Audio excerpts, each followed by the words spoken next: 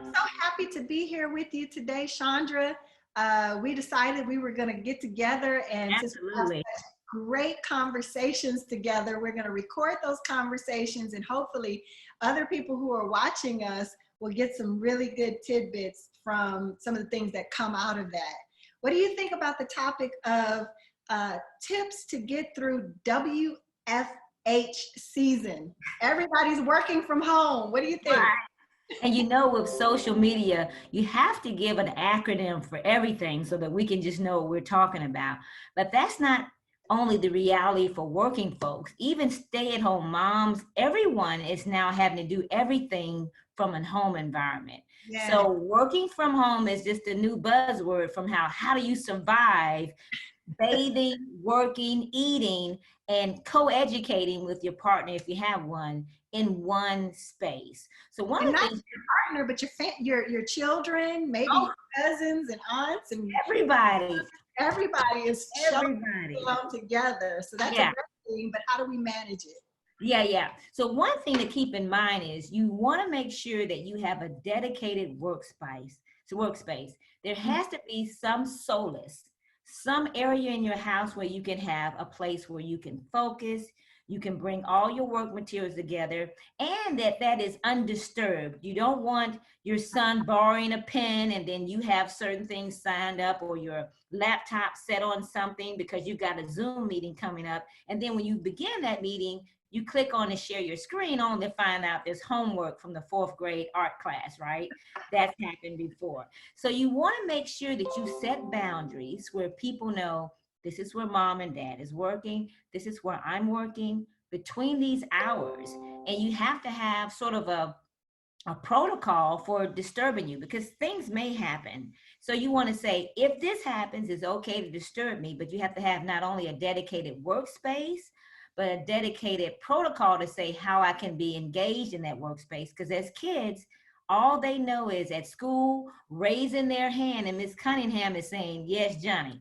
That can't be the case if you've got a Zoom call and it's dedicated for an hour. You're on with your conferencing, you're with your team, you're with your client, and that kid proverbially raises that hand like they do at school. You've got to set a dedicated workspace with a protocol for how you're going to be engaged while you're in your workspace, and you've got to have a schedule. So that's one way.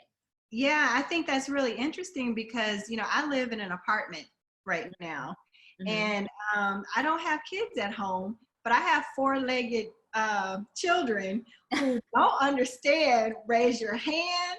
They don't understand, shh, I'm in this space for an hour. Right, It right. doesn't matter to them. When they want to bark at, distracted noises or what have you, they're going to do that. So I would say too that everybody kind of understands we're in uncertain, unusual times. And there's Exactly. probably a lot more forgiveness if you're in a meeting and the dog barks, or you've got Yeah. some, buses going on outside Yeah. your window or what have you. So Pop-up they, notification is buzzing. Yeah. I know yeah, for my pet anyway, if I close the curtain and they can't see, then it allows them to have no reason to react to a cat going across the screen or someone coming to the front door. So I yeah, do a very good job of getting up early in the morning, taking them out, taking care of the dog so that they're comfortable, so they have the way to be as quiet as they can because they're not hungry and they don't need to go outside and do their bio check, right? And yeah. so I think that's important too. Yeah. So, there's that. And then there's time management because, like you said, there should be on time and off time. And since everybody doesn't have the luxury of leaving their space or going somewhere else, we're having to manage all of that activity within the same boundaries, if you will. Right. So So it's very important. time management is going to be really important as well. I agree. And what's very important is you use as many tools as you can. We have seen, for example, Zoom and their stock. We had about 10 million users and they went to over like 10 times that space. It's I'm very important that you realize that Zoom has peak moments. On the hour meetings are the ones that peak. So a meeting at 7 o'clock, 8 o'clock. So you could think about scheduling your meetings either 5, 15, or even 50 minutes after the hour because they're showing that those are the non-peak times. So if you have a scheduled meeting that starts at like 8 o'clock you and thousands of people are trying to get on at 8 o'clock. Schedule that meeting for 8:15 or 7:55 or Yeah. 8:30. You have a less traffic on the network and less disruption in connectivity and the strength of the signal. So that's one thing about time management. There's nothing as worse as you have a meeting to go on and you don't get it done. And if it's a free Zoom meeting, you know it cuts you off in 45 minutes. But even if you are a paid prescriber, you don't want to get on and have difficulty in connectivity because you got on at a peak area. So start 5, 10, 15, 55 minutes after the hour, and it helps. Also, use as many apps as you can. There are two that I would like to recommend. One is called Monday.com. Here we go. They're obviously not paying attention. So they like that, Monday.com. Monday.com is a collaboration software, and it's where you can locate it, as the name implies, Monday.com. Go to that website, and you set up a myriad of teams where you can manage an apartment complex, manage a project. What is taking the place is when you're in a... Chandra, I'm sorry. Shh. Be right back.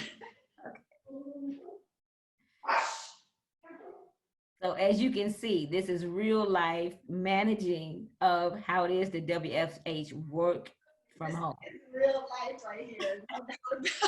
So that's so funny. So Monday.com is a collaboration tool where you can set up various items, groups, any type of project that you may have to manage. So think of a dashboard with a combination of Excel-like capabilities where you can have a cut and paste, slide in. So when a project moves from like prospecting to a warm lead to waiting to send information and then you close the deal, you can actually slide those people from various levels of engagement until you close, but you get to see this dashboard of where everybody is.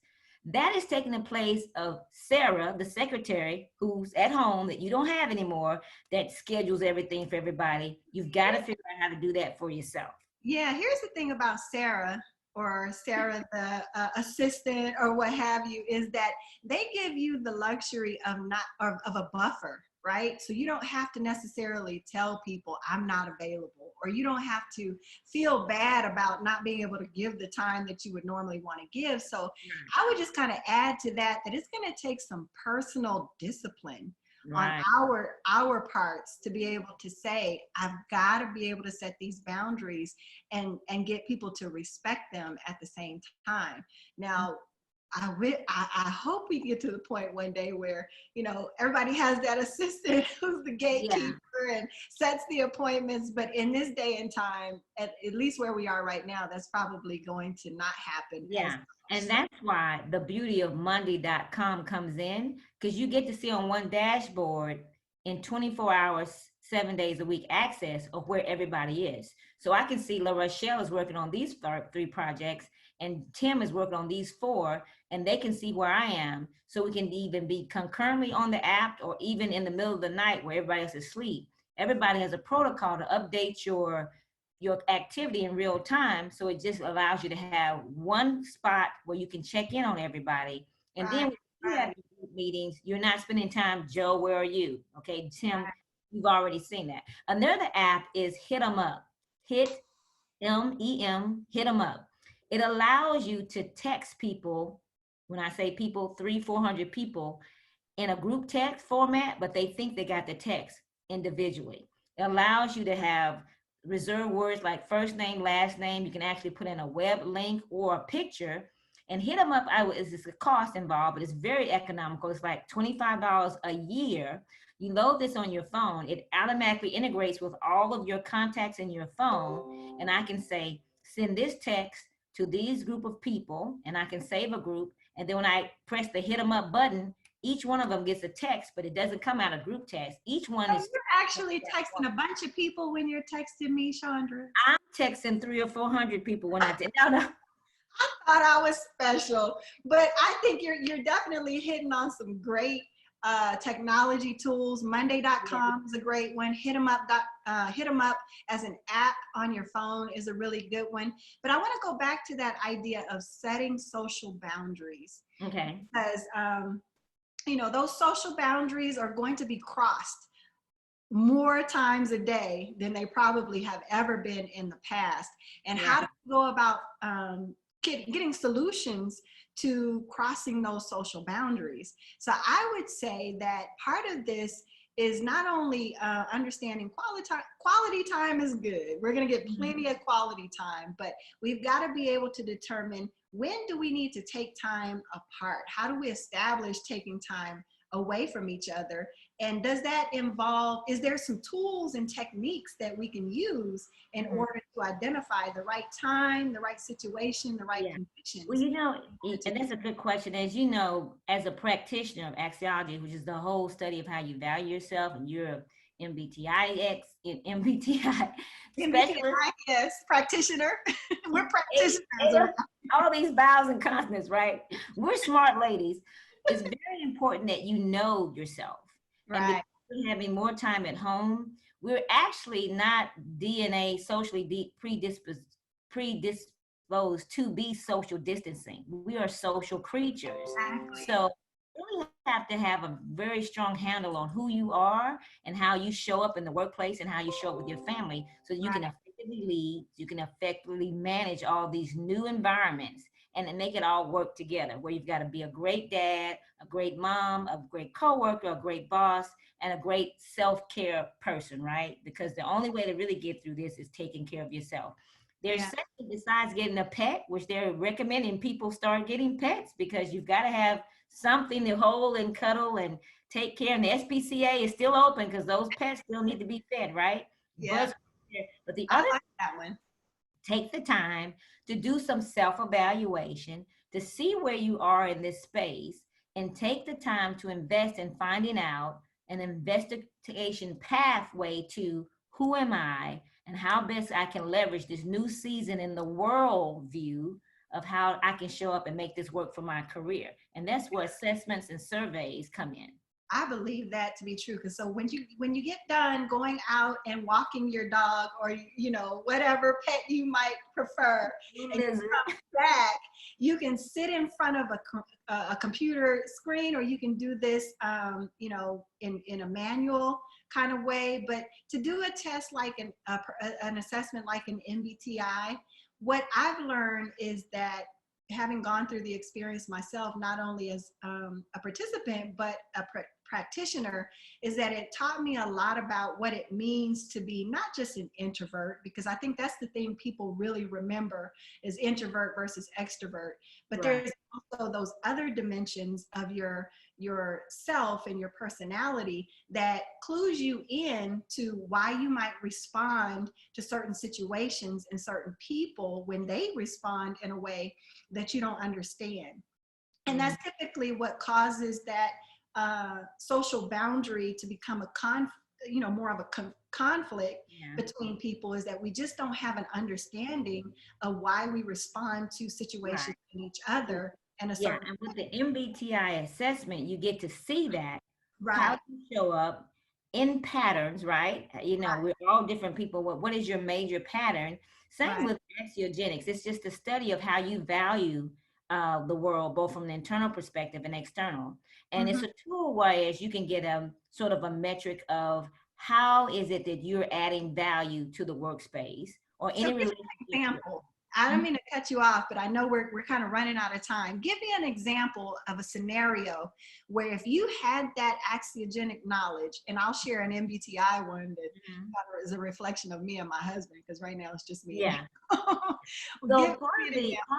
Great. So part of the example, it gives you how you show up in various metrics. And one of the metrics is nurturing others. How well do you nurture others? So let's say you have a role where you are a team manager, or you're in charge of a wellness program, and you score low on nurturing others. That means that you have a blind spot, that you have a responsibility that involves you caring about and moving the needle for people. But when you measure this, you don't even show up that you even have the willingness to nurture people. So again, it's a blind spot for you. And sometimes people are totally unaware of it because it's oozing up from things that happened in our childhood, from something that was said in high school that you are now internalizing. It's coming up as a limiting belief that results in a behavior you're having that is totally, the king has no idea they have no clothes on, right? Right. This allows you see it. It's no longer a blind spot, but also it gives you a tool to shift the needle so that you can be the way that you really want to be. Yeah. So yeah. Mm-hmm. That's good. So with the MBTI, what I've learned, and I've seen this as an example in the workplace as well as at home, is that someone might have a certain set of preferences that are either alike or totally opposite of the other. So for example, an introvert versus an extrovert, that's pretty, easy to understand. But then there's also the way you structure your time. So there are preferences where people need to be on a calendar. They need to have a checklist of what to do every day.